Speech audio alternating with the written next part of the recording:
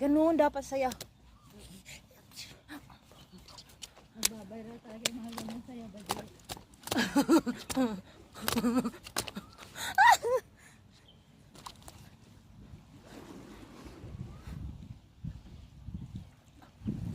Sa ano, sa YouTube may mga short video ako nagba-viral. Ano kung di, wala na akong talaga mag-ano sa YouTube. Wala naman gano'n.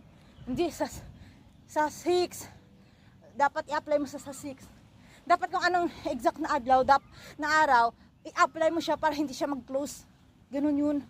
Ang siguro ang sa ayo, pa nung 28, hindi mo siya, hinintay mo pa siguro ilang araw pa. Kinabukasan, na-close na siya. Oh, huwag mo hintayin. Kaya siguro, Dapat, kung exact, bahala. saktong day. Oo. Dapat gin-reapply mo siya. Huwag hintay na kinabukasan kasi makuklose. Check mo nga sa point order kung kailan yun. Sa 6 pa. Ay, nakita mo? Sa July. Ho, malapit na.